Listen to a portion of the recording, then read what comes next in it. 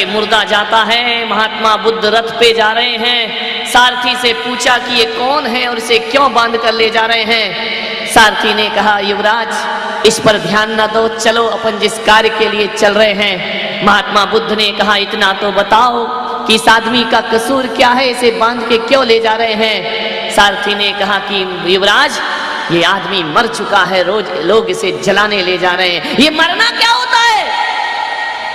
जो जन्म लेता है युवराज वह मरता है।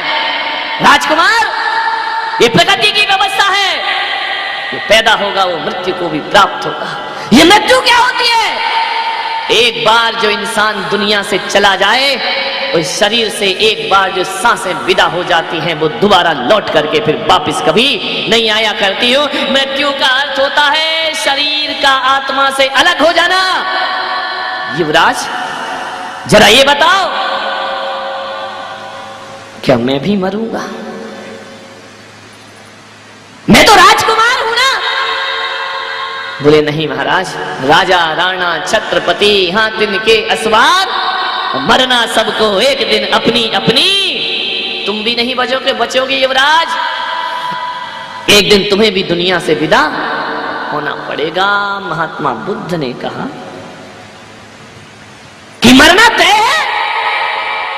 सारथी ने कहा, हाँ राजकुमार मरना जरूर होगा, एक दिन तुम्हें भी मौत आएगी और एक दिन तुम्हें भी बुढ़ापा आकर के घेरेगा। सारथी के ये शब्द चोट कर गए महात्मा बुद्ध के जीवन में।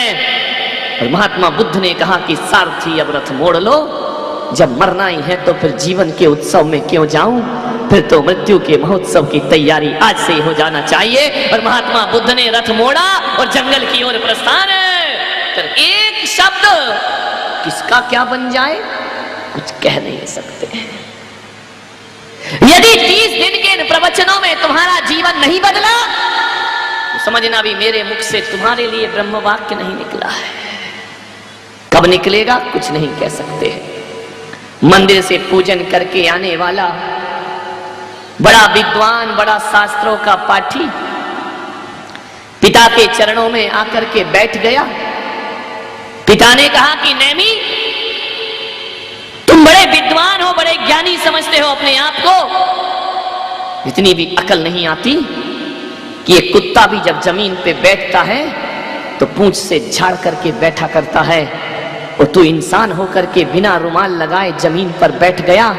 और इतना तो ध्यान रखता कि तेरे बैठने से कितने जीवों का वध हो गया, कितनों का जीवन छिन गया।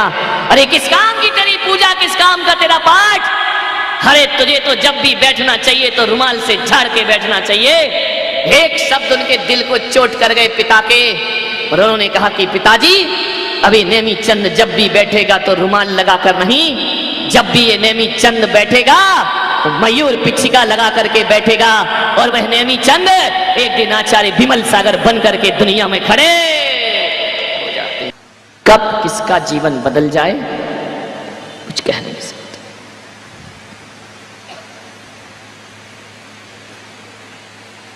पत्नी के प्रेम में डूबा एक आदमी, इतना डूबा कि उसके रूप सौंदर्य पर मोहित हो गया। अब उसे कुछ ना दिखता, एक पल को भी पत्नी ना दिखे तो तड़प उठता था उसके बिना। कौन महिला कह रही काश ऐसे हमारे होते हैं। जय हो पंचम।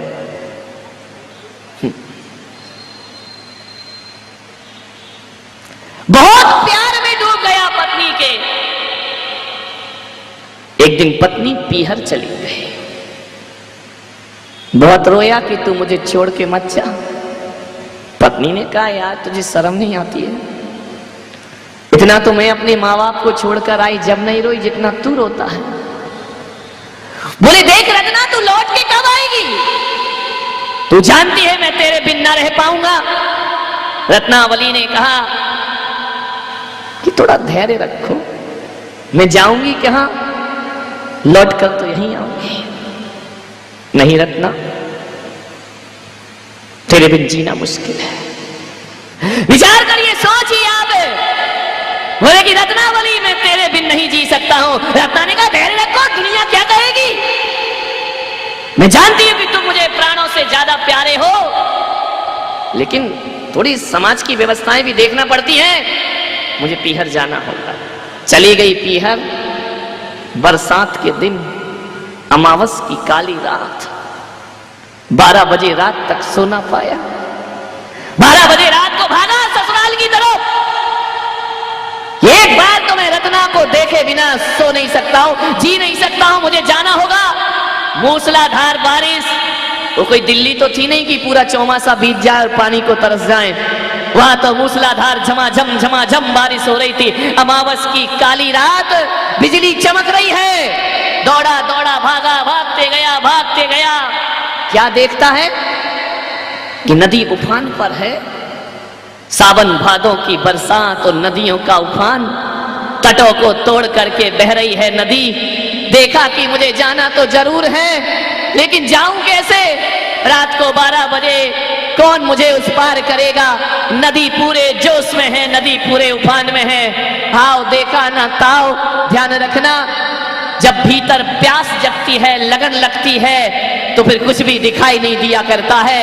अरे भूख न देखे जूठा भात, प्यास न देखे धोबी घाट, और नींद न देखे टूटी खाट। ध्यान रखिए, प्रेम जग गया रत्ना के प्रति। क्या देखता है? वो दूर नदी के किनारे कुछ नाव है। बैठा, नदी पार करके उस पार पहुंच गया। जैसे ही उस पार पहुंचा, 12-1 बज रहे हैं, सन्नाटा है पूरे गांव में। कोई बहुत बड़ा शहर ना था वो। गांव में कीचड़ों में, कीचड़ को फानते कूदते पहुंचा ससुराल में। क्या देखता है कि खिड़की खुली रखी है। मनी मन सोचता है कि रत्नावली, तू भी मेरे बिना नहीं रह सकती है, तू भी तो मेरा इंतजार कर रही है ना, इसलिए तो खिड़की खोल करके सो रही है। दरवाजे से जाऊं तो सास ससुर क्या कहेंगे कि 1 बजे रात को तू चला आया। कैसे जाऊं ऊपर? एक टिमटिमाता सा दिया मध्यम सा जल रहा है। खिड़की ऊंची है, चढ़ूं तो कैसे चढ़ूं? एक रस्सा लटक रहा है, रस्सा पकड़ करके चढ़ गया ऊपर। खिड़की से अंदर कूदा। रत्नावली, देख मैं आ गया हूं। रत्नावली ने कहा, कौन? मैं स्वप्न देख रही हूं या हकीकत है? बोले, देख मैं आ गया, मैंने कहा था ना कि मैं तेरे बिन ना रह पाऊंगा। रत्नावली ने देखा, पैरों तले जमीन खिसक गई। अमावस की काली रात, झमाझम बरसात, नदियों में उफान। रत्ना ने कहा, तू इतने बजे कैसे आ गया? अरे आना था पागल, तो दिन में आ जाता। ये चोरों की तरह क्यों आया है? तू आया कैसे? दरवाजे तो सारे बंद हैं, तू कमरे के अंदर कैसे आ गया? रत्नावली, मैं तेरे लिए सब कुछ कर सकता हूँ, और तू मुझसे पूछ रही है कि मैं कैसे आया हूँ? अरे तूने ही तो खिड़की में रस्सा लटका रखा है ना, तुझे भी मालूम था कि मैं तेरे से मिलने जरूर आऊंगा। देख तूने रस्सा लटकाया है, मैं रस्से को पकड़ करके ऊपर आ गया। रत्ना ने कहा, मैंने रस्सा लटकाया? मैं क्यों रस्सी लटकाऊंगी? मुझे क्या मालूम कि तू यहाँ चला आएगा। झांक करके खिड़की में से देखा रत्नावली ने, अरे रस्सा नहीं, वो अजगर सांप लटका हुआ था, जिसे रस्सा समझ करके ऊपर चढ़। रत्नावली ने कहा, इतना प्यार करता है मुझसे कि सांप को रस्सी बना लिया। और उफनती नदी में कोई नाव ना थी, कोई मुर्दा तैर रहा था। मुर्दा अर्थी सहत तैर रहा था। मुर्दे को नाव बना करके पहुंच गए तुलसीदास अपनी पत्नी के पास। रत्नावली ने देखा, इतना प्यार, इतनी चाहत, खरे मूर्ख नादान, शर्म आना चाहिए तुझे। ध्यान रखना, बड़ी विचित्र स्त्री रही होगी रत्नावली। आज की स्त्री होती तो कहती, इतना प्यार करता है, यही तो चाहते हैं कि पति मेरी मुट्ठी में रहे और मेरे इशारों पर नाचता रहे। कोई मरण धर्मा स्त्री होती तो कहती, कौन से जन्म का पुण्य था जो मुझे ऐसा पति प्राप्त हुआ है। वो कोई साधारण स्त्री ना रही। उसने देखा और कहा कि मूर्ख रत्नावली, मैं मूर्ख? देख, इतना प्यार तो दुनिया में कोई किसी को ना करता होगा। रत्नावली ने कहा, यही देख करके तो हैरान हूं, ऐसा प्यार में डूबा है कि सांप को रस्सी बना लेता है और मुर्दे को नाव बना लेता है और तैर करके आ जाता है। खरे अनपढ़ गंवारिये, जितना प्यार मुझसे करता है इतना राम से कर लेता तो तेरा उद्धार हो जाता, तेरा कल्याण हो जा। मेरे पीछे लगा है हाड़ मांस का पोटला, इतना प्यार श्री राम से कर, तेरे जीवन का उद्धार हो जाएगा। इतनी चोट लगी कि जिसके लिए मैं सब कुछ करके आया, जिसके लिए मैंने तूफान और आंधियां पार की, वो पत्नी कहती है मूर्ख, जितना प्यार इस मरण धर्मा से करता है उतना प्यार अपने ईश्वर से करके देख। जा, यदि थोड़ी भी शर्म और लज्जा तेरे अंदर मौजूद है तो जा करके उस परमात्मा से इतना प्यार कर ले। विचार करिए, साधारण से स्त्री से प्रेम, जा अपने प्रभु से प्रेम कर। एक चोट लगी भीतर, ध्यान रखना, जब दीवानगी होती है, जब प्रेम होता है, लाख दुनिया समझाए समझ में नहीं आता है, गुरु समझाए तो भी समझ में नहीं आता है, इसको भी नहीं आ रहा, ना आएगा जिंदगी में समझ में। विचार करिए, सोचिए आप, समझ में ऐसे नहीं आता है। मालूम है समझ कब आता है? कि जिसके पीछे पड़े हो, जिसके प्यार में डूबे हो, जब वहीं से लात पड़ती है तब समझ में आता है कि जिंदगी में हकीकत क्या हुआ करती है। रत्नावली परेशान हो गई, कितना प्रेम, जा ईश्वर से कर।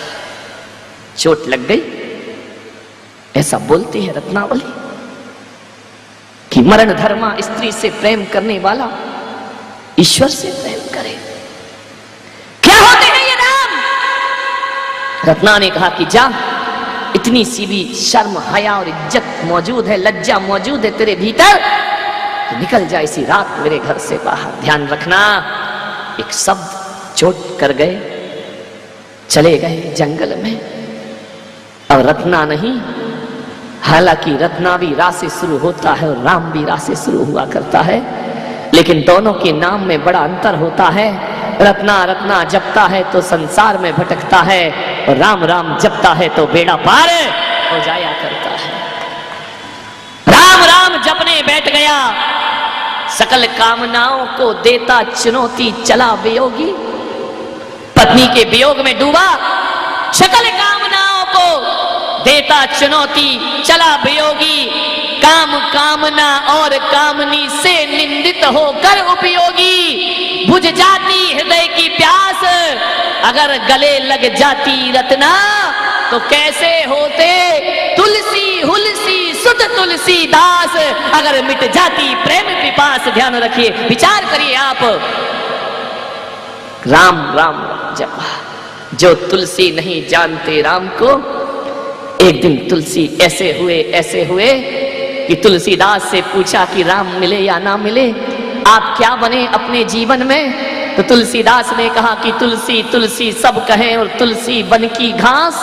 तुलसी तो एक पौधे का नाम है। अरे तुलसी तुलसी सब कहें और तुलसी बन की घास, और हो गई कृपा राम की तो बन गए तुलसी दास। ध्यान रखिए, सफलता है। एक पत्नी के वचन ने जीवन को मोड़ के रख दिया। अरे जीवन को बदलने के लिए पेड़ से टूटा हुआ पीला पत्ता, वो भी तुम्हारे लिए ब्रह्म वाक्य बन सकता है। और कभी कभी पीला पत्ता और मुर्दे और गुरु तो छोड़ो, कभी ऋषभ देव के लिए अप्सरा नीलांजना की मृत्यु ब्रह्म वाक्य बनकर के खड़ी हो जाया करती है। कौन सा वाक्य तुम्हारे जीवन को बदल दे, कुछ कह नहीं सकते। सफलता की श्रेणियों पर चढ़ना है, सीढ़ियों पर। हर व्यक्ति कामयाब होना चाहता है, लेकिन कभी देखा है कि तुलसीदास ने कामयाबियों के लिए ऐसा जुनून पैदा किया कि सांप को रस्सा और मुर्दे को नाव समझने का संघर्ष भी उन्होंने सहन किया। संघर्ष के बिना कामयाबियां कभी नहीं मिला करती हैं। सफलताओं की सीढ़ियां को चढ़ना है, कई बार गिरते हैं, कई बार उठते हैं मेरे भाई। आप भी यदि अपने बचपन में चलना सीखे हैं तो एक बार में चलना नहीं सीख गए हैं। कई बार घुटनों के बल चले हैं, कई बार गिरे हैं, कई बार मुंह टूटा है, कई बार टकराए हैं। तब जाकर के उंगली पकड़ के गाड़ी पकड़ के चलना सीखा है, तब जाकर के आदमी के पैर मजबूत हुआ करते। कामयाबी, सफलताएं आदमी का जन्म सिद्ध अधिकार नहीं है, ध्यान रखें।